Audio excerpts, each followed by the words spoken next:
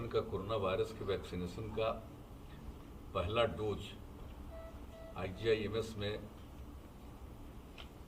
प्राप्त करने का, लेने का मुझको अवसर मिला है। इसके लिए मुझे बड़ी खुशी है। और जो हमारे जितने चिकित्सा के केंद्र हैं, सब जगह इन सब चीज़ों पर ठीक ढंग से काम किया जा रहा है। और IGIMS से तो विशेष हमारा लगाव रहा है। और पहली बार भी जब टीकाकरण का काम शुरू किया गया था तो यहीं आकर के पहले दिन ही हम लोगों ने यहाँ पर आकर के लोगों के बीच में बातचीत भी की थी। और यहाँ का काम बहुत अच्छा है। और आज जो टीकाकरण का जो शुरुआत फिर करा दी गई है, अब तो सब लोगों को मालूम है कि 60 साल और उससे अधिक उम्र के जो लोग हैं उनका, और 60 साल से कम 45 वर्ष तक के उम्र के जो लोग हैं जिनको अन्य प्रकार की कोई बीमारी है, उसके लिए केंद्र सरकार ने गाइडलाइन जारी कर दिया है। पहले तो 50 साल के ऊपर वाली बात थी, लेकिन जो लेटेस्ट गाइडलाइन जारी हुआ है उसके मुताबिक अभी आवश्यक है कि 60 साल और उसके ऊपर के सब लोगों को कराया जाए। और 60 साल के नीचे 45 साल तक के लोगों का जो अलग प्रकार की बीमारियों से ग्रस्त हैं, जिसके बारे में भी, बीमारियों के बारे में बता दिया गया है, तो उनके लिए भी काम किया जा रहा है। मुझको पूरा भरोसा है कि अब ये वैक्सीनेशन का काम, टीकाकरण का काम सब लोग कराएंगे और पूरे तौर पर ये काम होना चाहिए। और इससे मुक्ति पाना बहुत ज़रूरी है। इससे मुक्ति मिलेगी इस कोरोना की बीमारी से। ये दुनिया भर में जो फैली हुई है, तो हम लोगों के यहाँ तो अपने देश में कम है और ख़ास करके बिहार में तो और कम है। देश के कुछ हिस्सों में भी ज़्यादा है, लेकिन वैसे तो दुनिया भर में।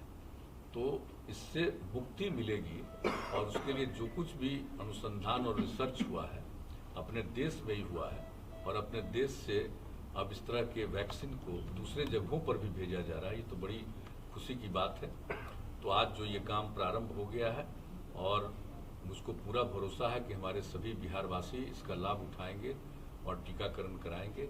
और इसके अलावा हम सब लोगों को तो हमेशा सचेत रहना है कि मास्क लगाना है, दूरी है, 2 गज की दूरी एक दूसरे के साथ हम लोगों को रखने की कोशिश करनी चाहिए, हाथ को धोना चाहिए। तो ये काम तो करने के लिए सब लोगों को सचेत रहना चाहिए और करना चाहिए।